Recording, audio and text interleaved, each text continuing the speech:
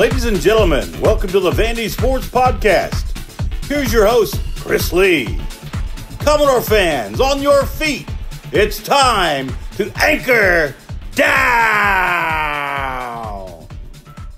Welcome to the Vandy Sports Podcast presented by Dr. Jody Jones, DDS. We are part of the 440 Sports Network. I'm your host, Chris Lee, our guest today, and we did this on a Thursday morning. Andrew Allegretta, he is one of the two voices of Vanderbilt Athletics. He appears on our guest line. That is presented by our good friends at Sutherland & Belk, a family-owned injury law firm. If you or a loved one has been hurt in an accident, give Taylor or Russell a call. That number, 615-846-6200. See what your rights are and if they can help.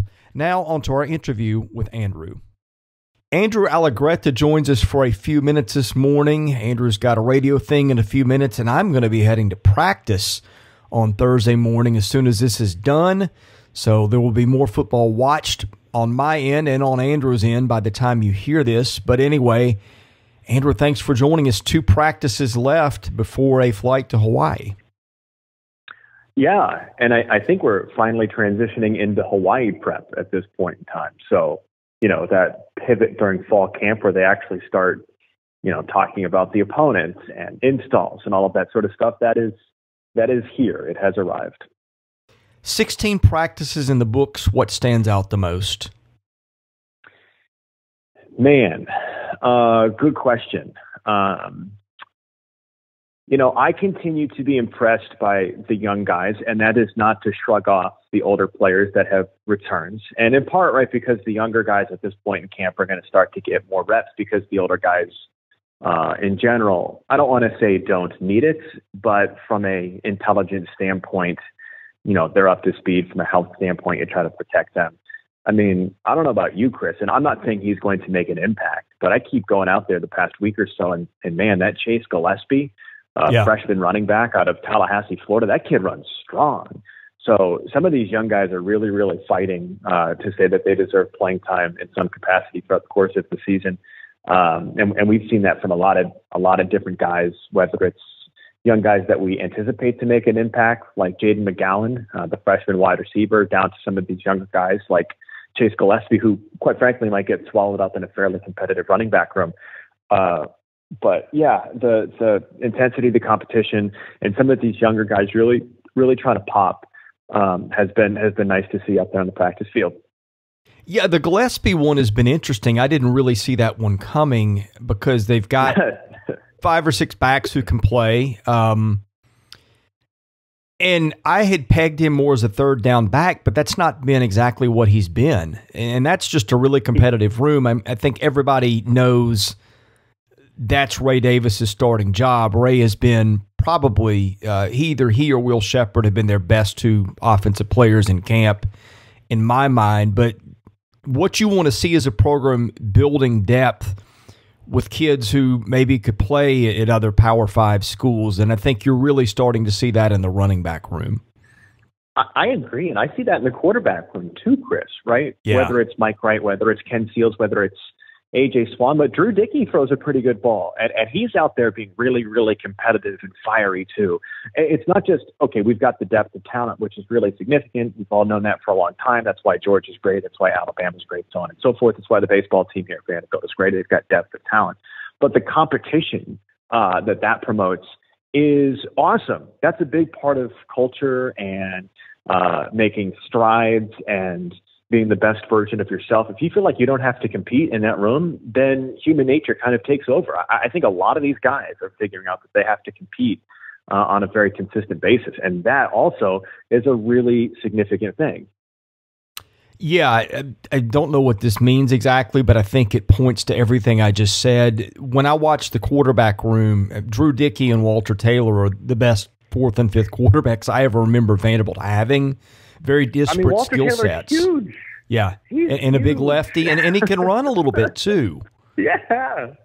I watched him out at the scrimmage last week or whatever it was, and you can tell that his gears are moving a little bit slower than the rest of the guys out there, and that's okay. My understanding is and Chris, you can probably catch me up to speed, he's certainly a very overlooked recruit, and I don't know that his experience with quarterback is the same as some of the other guys. But man, yeah, like you said, Drew Dickey, these guys, there is competition and there is push, and that is, like, I don't know if that translates, Chris, to 3, 4, 5 wins, or 7 wins, 8. I don't know. I've got no idea. But these are the habits that Clark Lee talks about. You've got to have them. Yeah, if you want a visual, Drew Dickey reminds me a lot of Ken Seals. Ken's arm is probably a little bit stronger, but very accurate for a freshman coming in. And Taylor is just this big lefty. And I think people sort of, I don't know if tagging him with the project label is fair, but like when you think project, you think a guy who's maybe just got these raw tools and slinging it all over the yard and you don't know where it's going to go. That's really not him. He's got some skill set. Again, he's different than anything they have because he's a tall lefty. But yeah, it's very interesting to watch because they've really got 5 different guys with very distinctly different skill sets, although I would put sort of Dickey and Seals in the same category. So maybe you'd say 5 guys with 4 distinctly different skill sets. Yeah, and I think it's not unfair to call Walter Taylor a project quarterback, but I know talking to a few people that there's belief in what he can be over time, and I think the beauty of that quarterback room is if he sticks around and he hangs here, and I'm not insinuating anything there. I'm just the normal trajectory of a football player. That in a couple of years, it's like, holy smokes, where did that guy come from? And some of the people on staff are really like, yeah, we've kind of been looking at that for 2 or 3 years. So who knows? And you know, the lifespan of a roster is ridiculous these days, right? Like who knows in 2 to 3 years? But I feel there are areas to talk about, from upgrading the offensive line to whatever, right? Like I get it, but I feel okay with how that quarterback room is shaking out for the next handful of years. Yeah, it's just really been an up and down offensive camp. I think it was last Thursday.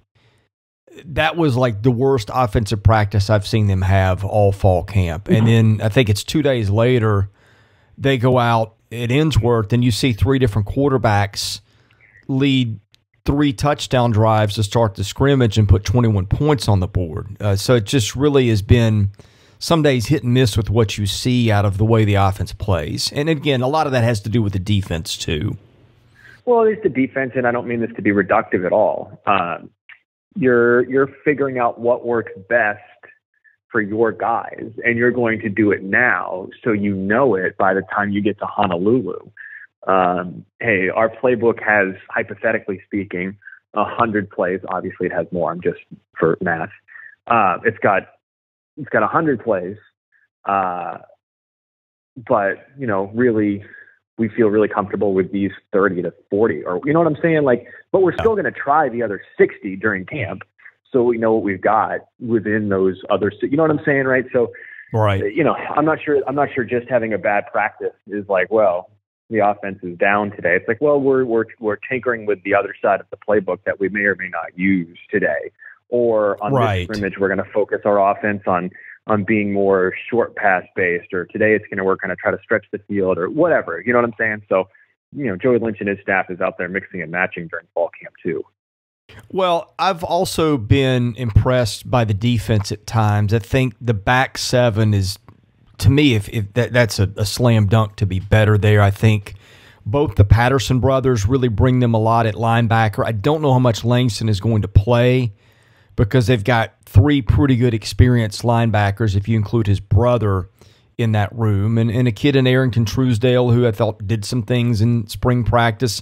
I think that Max Worship has had a better camp at safety. I think DeRicky Wright is a kid that has been held back a little bit by some injury issues, but maybe is the most talented defender on that roster. You look at all the freshman depth. I mean, they've got, 6 freshman defensive backs who I could all see playing. It's hard for me to distinguish who's got a leg up on whom, and it just is a room where I think you've seen a lot more depth in that back 7. C.J. Taylor has just had an amazing camp. I don't think that's overstating it. I think that you are starting to see some potential there and some talent that maybe they have not had in 2 or 3 years. Yes, certainly. I always give the preface that I don't necessarily know the context from 3 years ago, but those guys have flown around. Like I recognize that we're grabbing, generic end of camp cliches about so and so is turning heads. The back seven, their speed, their closing speed. I've noticed that whether it's Mahoney or Worship or others. The one position, I guess, just purely based on numbers, that would kind of leave you in a position where, like, boy, you're hoping. Not that they don't have talented players still there, but the defensive line between, you need to get Davian back, you need to get Devin Lee back, and now, is an edge rusher, but Miles Capers is out. So, that kind of gives you some heartburn to start off the season. But man, again, I don't know what any of this translates to, any of it in terms of wins and losses. But I just feel like the games should be more engaging, and hopefully you can get that thing to the fourth quarter, as coach always talks about, and give yourself the best chance to win. And cliche, but you flip a couple of games. Everything in camp points to a more competitive season. Yeah, you said it better than I could have right there. I don't know how it translates. I just know what I see compared to what I've seen in the past for Vandy on Vandy, and I like this team better than I've liked the last two or three for sure.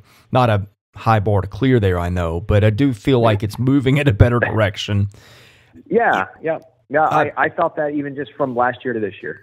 Yeah, for sure. Well, I mean, and the thing is, like, you can make your negatives a positive. Is it a positive that they've not had Davion Davis and Devin Lee in camp? Well, of course not. But what that's done is that's allowed other guys to get some reps. I think Malik Langham has solidified himself inside as a starter. Christian James has come back and really been a better version of Christian James than I've seen before, and I think there's a little bit of ability there that I had not seen in the past. Now, again, I don't know how that translates when they play other teams, but comparing him against himself in the past, I see a better player. The injury to Capers, I'm not going to say is devastating because they've got some other young, talented guys, but they're young. They are first year on campus, and then you've got a fifth-year senior in Owusu who really has not, I guess, proven himself as he's done some things, but he needs to take his game up, I think, a level for the sake of their team. And so I think what you've seen is, Bradley Mann is a kid that's gotten some time. Wataha, we've talked about him before in the podcast. You see some guys that are getting some reps in fall camps as a result of those guys being out. And by the way, if Davion Davis comes back today, which he won't, but if he did, he'd be starting inside. and then you'd have Lee as probably a off-the-bench piece too, which you don't have now. All of the things that we were trying to expose as positives on the offense about depth in the quarterback room and depth in the running back room, like, you need it everywhere. You just need it everywhere. So I still think there's, like you said, talented younger players on the defense. Darren Agu. I think have we settled on Agu, by the way?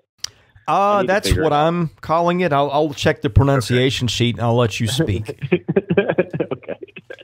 The freshman that came from Georgia by way of London, Notre Dame flip, all that sort of stuff. Like, he's good. I know they're very high on him too. So there's pieces there. It's just none of this stuff. We're not going to go into 2022 and all of a sudden be like, oh, holy smokes, look at Vandy just ripped off, 11, 12 wins this year. Again, go back to it. I just think you got to get off to a good start. Like, you got to go take care of business against Hawaii. In part, Chris, like don't sugarcoat. That's a long trip. Going out to the island's hard. It's a 9-10 hour flight, whatever it is. But they're going out Sunday, and I'm sure they'll give them a very, very structured schedule for the better part of the week to both, enjoy themselves, because who knows when you go back to Hawaii, but at the same time perform at your best. So hopefully by the time Saturday rolls around, their bodies are acclimated. But that's a first-year coach who has never even come close to sniffing being a head coach. Not to saying he's going to be poor. It's just he hasn't been a coordinator, hasn't called plays. He's very, I know Dabo did it, I get it, but it's just, that's hard. And you've got 50 some odd new players on that roster.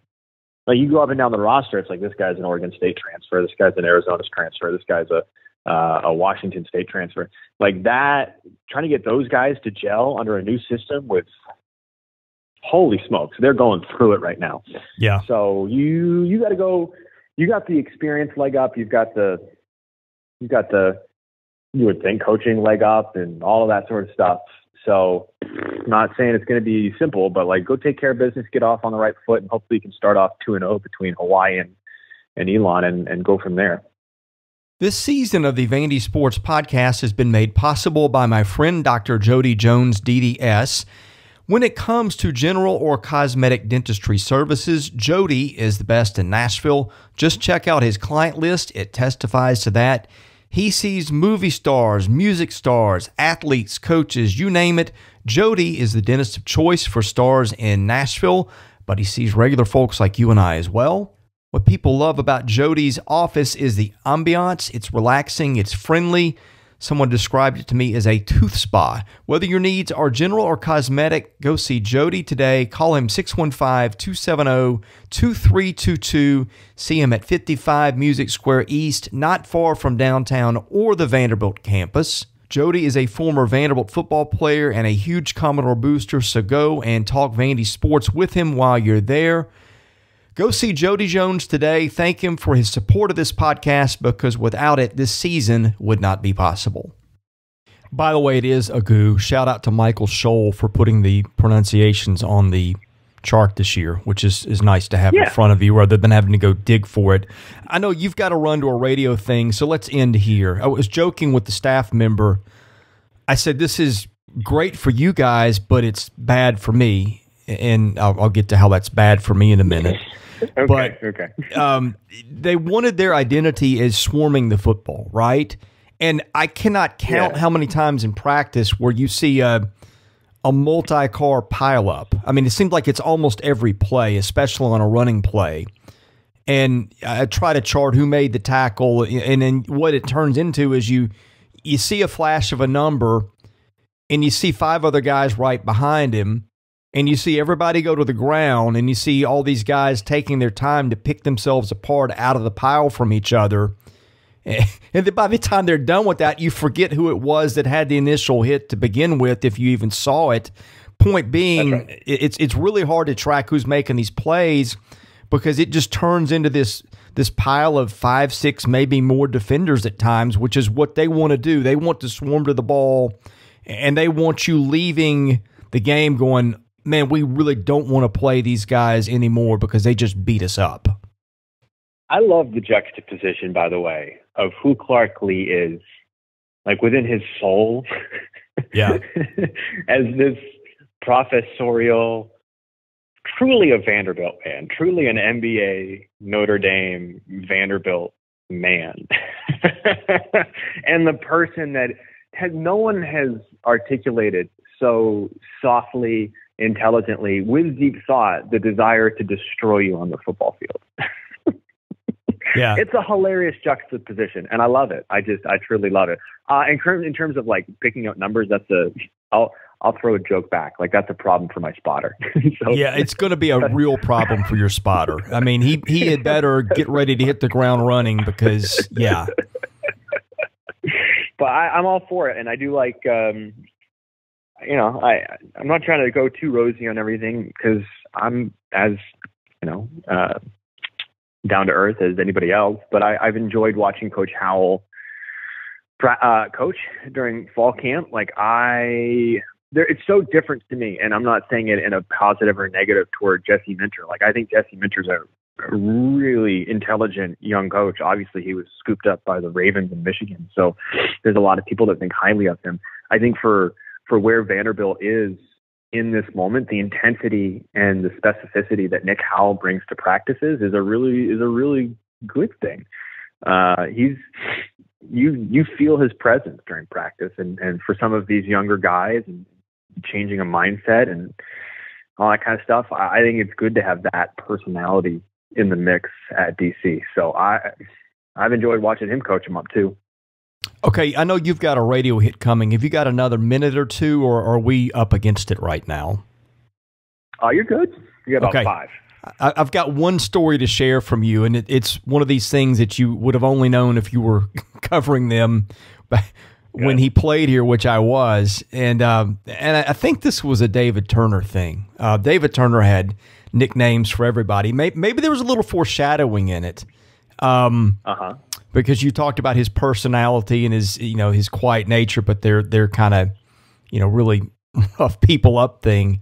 When Clark was here, of course, he went the shave your head route pretty early, and this was not long after the Austin Powers stuff was big. Yeah. So I think it was David Turner tagged him with the nickname Mini-Me, which I'm pretty sure really stuck during fall camp. So I don't know if that makes Nick Howell Dr. Evil or what it is, but that was Clark is Mini-Me? Yeah, Clark. I think I'm the only one that knows that. He may kill me after I've put that on podcasts now.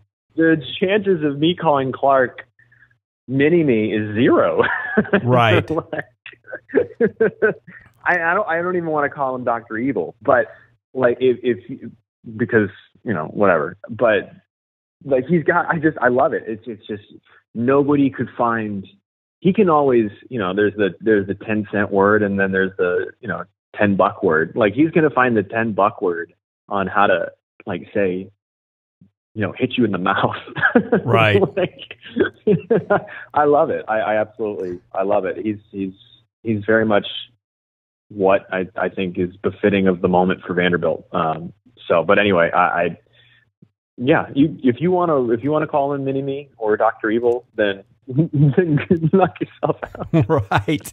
That was definitely a time and place nickname. Like, if you were old enough to remember the movie when it was the big thing, you probably get a laugh, and if not, you're probably going, what are these guys talking about? But no, I'm age appropriate for that reference. Good, very much age appropriate for that reference. Well, okay, you guys take off Sunday morning for Hawaii, I believe. Yeah, Sunday late morning. 9 hours in the air ish. Yeah, something like that. Let's go with 9 just to make me feel better, opposed to possibly being 10. Might be 9.5, but anyway. Oh goodness! At that point, who's counting, right? We did. I think we did Nashville to maybe Salt Lake City to Honolulu with baseball, and the Salt Lake City to Honolulu leg, even that one was 5 or 6, and it just that sucker drags on. I mean, you can't. It's one of those things you absolutely can't complain about, because when you land, you're in Hawaii. But having said that, it is there's a mental prep that you have to put yourself in from a headspace standpoint to get through what will be a very long Sunday. Yeah, speaking of headspace, don't forget the neck pillow. That's going to be the $15 investment you can make between now and then that you will be glad you made. Yeah, neck pillow. I've been told definitely, some people go compression socks, so you don't worry about getting blood clots from sitting down for so. We'll be fine. I did it back in March, but it's a hefty day. Well, I'm looking forward to chatting with you after that trip's over. But tell folks about your coverage this year at the website, on the radio, anything that you'd like to publicize. Yeah, a couple of things. First off, radio station remains 93.3 in Nashville. If you're outside of that range, we've got a couple of other affiliates. You can find them on the VU Commodores website.